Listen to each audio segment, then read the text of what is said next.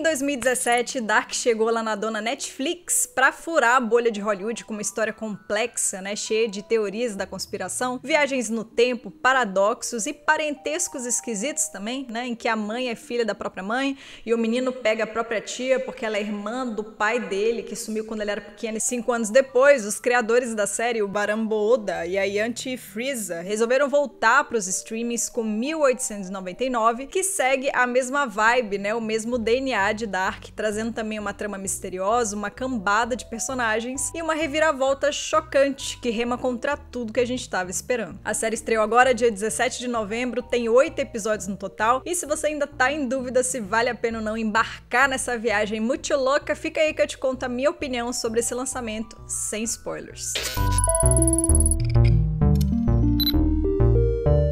Pessoal, tudo bem? Meu nome é Bela Eichler, esse é o Futurices e hoje o comentário é sobre 1899, essa série que mistura aí delírios, traumas, paixões e camadas e mais camadas de mistérios, né, do jeito que a gente gosta. A história, assim como o título diz, acontece no final do século XIX e acompanha os tripulantes de várias nacionalidades que estão a bordo do navio Kerberos. Tentando buscar uma vida melhor, essa galera tá saindo da Europa rumo a Nova York, mas tudo muda quando no caminho eles dão de cara com o navio Prometheus, que estava sumido há um tempão por aí. A partir daí, coisas estranhas começam a rolar, criando um deus nos acuda entre todo mundo que tá a bordo. Bom, e o que dizer sobre a série, gente? A princípio, é muito difícil não comparar 1899 com Dark, porque, como eu falei, o lançamento tem várias coisas parecidas com a série anterior, que nem frases emblemáticas, simbologias pra tudo quanto é lado, personagens com histórias que se conectam, né? E também uma trama em forma de quebra-cabeça, que ganha uma pecinha nova ali a cada episódio. E por mais que eu curta bastante esse formato de série em que a gente desvenda os mistérios da história junto com os personagens, ao meu ver, essa estratégia de roteiro pode ter pontos positivos e negativos. A parte boa é que eu não sei vocês, mas eu não consegui desgrudar da tela, eu praticamente engoli essa série num dia só. Tudo parece muito estranho a princípio e o roteiro tem a capacidade de intrigar a gente o tempo todo, deixando ali várias perguntas no ar que não necessariamente vão ter todas uma resposta por fim, tá? Então a vontade que dá é de devorar a série de uma vez mesmo pra tentar entender o que diabos tá rolando nesse navio. Fora que nesse meio tempo é sempre muito legal ir teorizando sobre o que provavelmente vai acontecer, que era uma parada que eu gostava muito de fazer vendo Dark também. Inclusive eu achei até meio estranho quando algumas pessoas falaram que a série é meio chata, né, meio arrastada, porque eu achei a história muito dinâmica e a quantidade de coisa que acontece por episódio é muita, gente, muita coisa mesmo. São vários personagens pra conhecer e acompanhar, vários elementos que fazem parte do enredo, várias informações pra somar. Então, assim como rola em Dark, a gente tem que ficar muito ligado aqui pra não se perder. E aí que vem a parte negativa da coisa pra mim, porque se por um lado a série consegue ser muito imersiva pelos segredos e estranhezas, ela também pode cansar um pouco por trazer muita informação ao mesmo tempo. Nesse sentido, eu fico imaginando que ela funciona quase que pra ser maratonada mesmo, né, pra ser vista de uma vez só ou num fim de semana só, porque é difícil manter na cuca tudo que a gente viu por episódio. Ou seja, se 1899 tivesse sido liberada semanalmente, por exemplo, igual rola em vários outros streamings, pelo menos pra mim ia dar ruim, porque eu ia esquecer de tudo que eu vi durante a semana e ia ter que ficar vendo tudo de novo. Mas considerando que essa é uma série do Odar e da Frieza, né, não é de se espantar que ela tenha ganhado o mesmo formato denso dos seus trabalhos anteriores. Apesar disso, eu diria que 1899 é bem menos complexa que Dark, tá? Que pra mim quase que exigiu que eu tomasse nota ou fizesse um esquema das coisas enquanto eu via a série. Mesmo com muitos personagens, as tramas e subtramas de 1899 têm uma linearidade maior que levam por fim a um plot twist que eu confesso que não tava esperando de jeito nenhum. Aliás, eu fiquei bem feliz com esse plot twist. Se você viu o final da série, você obviamente vai entender por quê, mas ao mesmo tempo eu senti que ele trouxe um certo ar de solução mirabolante, meio batida até, sabe? Feita pra ser grandiosa demais e agradar a todo custo o espectador. Mas eu gostei do final, tá? Eu acho que ele traz um bom gancho pra próxima temporada, mesmo assim. Outro ponto que eu acho que vale comentar aqui são os personagens de 1899. Pra mim, mesmo Dark tratando de viagens no tempo e paradoxos, né, que são temas que sempre dão um nozinho no Kengo, talvez o grande motivo do porquê a série se sustentou muito bem e se tornou um grande sucesso foi a criação de personagens extremamente sólidos e multifacetados também. A cidadezinha de Vinden não era só onde rolavam muitas coisas esquisitas, mas também o lugar onde pessoas se conectavam entre si, né? Cada uma com uma história e o seu trauma específico, numa teia de relacionamentos conturbados e complexos. Ou seja, era o nosso relacionamento com essa galera que basicamente ancorava a série no meio de muitos segredos e idas e vindas no tempo, por exemplo. Em 1899, a gente também tem a sensação de que todo mundo importa, né? De que todos os personagens são relevantes pro todo, mas enquanto algumas pessoas ganham um background detalhado, na maioria das vezes cheios de tragédias e lutos, outras meio que vão sendo esquecidas pelo caminho. E eu acho que isso até faz sentido pra não desvirtuar da trama principal, né? Mas a sensação que me dá por fim é que por não explorar a história de todas as figuras principais propostas ali, a série acaba sofrendo por alguns excessos ou faltas mesmo. Ou seja, enquanto alguns personagens têm um passado aprofundado, outros só ficam mais na superfície mesmo. Ainda assim, a boa notícia é que eu acho que o mistério intrincado de 1899 é envolvente o suficiente pra deixar a gente interessado até o final da temporada, e alguns personagens são cativantes e muito interessantes de acompanhar também. Os 8 episódios dão destaque para alguns protagonistas, que nem o Capitão Ike e a médica Maura, que participam basicamente de um cenário multilinguístico em uma espécie de Torre de Babel, com muitas pessoas semelhantes nos traumas e interesses, mas diferentes também na nacionalidade, cultura, idioma e classes sociais. Aliás, nesse ponto, eu acho interessante comentar aqui sobre o cuidado com a língua falada por cada personagem. Ao longo de 1899, a gente vê uma galera falando inglês, alemão, francês, cantonês, entre outras línguas, já que os passageiros do navio são migrantes de toda a Europa para a América, né? E os criadores da série explicaram que eles preferiram trazer esses idiomas todos ao invés de desviar tudo pro inglês, porque quando eles assistiram filmes e programas de TV de Hollywood, eles sentiam que rolava meio que uma subrepresentação de diferentes culturas do mundo, e por isso eles quiseram que o elenco falasse as suas próprias línguas mesmo. E eu acho que eles arrasaram nisso, porque traz muito mais identidade para cada grupo e família que faz parte dessa história, além de um clima muito mais realista e imersivo para a série também. Além disso, é muito legal ver as diferenças de atuação entre cada um, né, e como os atores usaram o idioma materno deles ao seu favor. Um exemplo é o capitão alemão Ike, que é mais fechadão e se comunica com os olhos praticamente, ou o passageiro espanhol Angel, que já é muito mais falante, expansivo e explosivo também. E parece que a princípio o roteiro foi todo escrito em inglês para só depois ser traduzido para as línguas de cada personagem por especialistas, né, que não só falam a língua em questão, mas também entendem os maneirismos do idioma na época em que a série acontece, que no caso é no final do século XIX. E muita gente questionou como os personagens iam interagir entre si, né, até porque muito provavelmente um não ia entender bulhufas do que o outro tá falando, mas segundo os criadores da série, a graça toda da parada tá justamente nisso. Segundo eles, mesmo que você não entenda realmente quais são as palavras que estão sendo faladas, você entende o que a outra pessoa tá querendo comunicar através da linguagem corporal e das emoções também. E eu acho que isso funcionou legal na série até, criou uma certa poesia a mais pra coisa toda, sem forçar tanta barra. Outro ponto forte aqui pra mim é a ambientação de 1899, que é muito afiada também e cheia de detalhezinhos interessantes. O design de produção conseguiu construir com fidelidade uma embarcação parecida com as da época, e um contraponto interessante que rola aqui é que por mais que o bicho seja gigantesco e navegue pela imensidão do oceano, os personagens parecem que estão sempre encurralados nas cabines ou nos labirintos dos corredores, criando uma sensação de claustrofobia e desconforto constante em quem assiste. Além disso, todo o resto da arte, né, figurinos, maquiagens e objetos de cena são muito caprichados também, cooperando pra gente mergulhar ainda mais nessa narrativa. Fora que esse é aquele tipo de obra que faz questão de colocar vários símbolos, né, easter eggs ou pistas do que tá por vir em elementos que a gente vê em tela mesmo, tipo num desenho no tapete, num livro jogado por aí, numa presilha de cabelo ou brinco da personagem, por exemplo, fazendo a gente querer assistir mais de uma vez pra conseguir entender ou perceber todos os detalhes. Rola aqui também uma fotografia bem bonita em tons frios e desbotados, né, que trazem ainda mais a cara de 1899, CGIs cabulosos também, que nem eu que sou chata consegui ver defeito, e vale dizer também que assim como rolou em Mandaloriano da Disney, por exemplo, a série usou uma tecnologia que tá muito em alta agora para criar e renderizar efeitos visuais, que são aquelas telas gigantes de LED que já estão substituindo muito bem as telas verdes no cinema, criando cenários mais realistas. A trilha sonora também é muito legal e traz intensidade para cenas, principalmente nos momentos em que os sons de navio gritam no nosso ouvido, né? Mas eu confesso que eu não curti muito as músicas que foram colocadas ali no final de cada episódio. Elas com certeza foram escolhidas a dedo e até parece que trazem dicas novas sobre o enredo, se você ficar ligado nas letras, mas eu não sei se é porque a série tem uma roupagem de época, pra mim parece que destoa um pouco, saca? Mas eu não acho que esses detalhes chegam a prejudicar a qualidade da série no geral, tá? Dark ainda é meu xodozinho das obras dos criadores da série, mas a primeira temporada de 1899 se fecha cheia de ideias interessantes, um lado técnico muito competente, personagens memoráveis, um elenco cabulosíssimo de diverso e internacional, e uma história intrigante que traz, sobretudo, uma análise do comportamento humano ao explorar temas como luta de classes, sexualidade, debates culturais, tabus da época e traumas psicológicos. E sim, gente, as respostas não vêm de bandeja aqui, tá? Mas pra mim a graça da parada toda é essa mesmo, e é interessante ver como cada vez mais a ficção científica tem ganhado histórias bem fora da casinha, né? Principalmente nos streamings, fugindo daquilo que a gente já cansou de ver,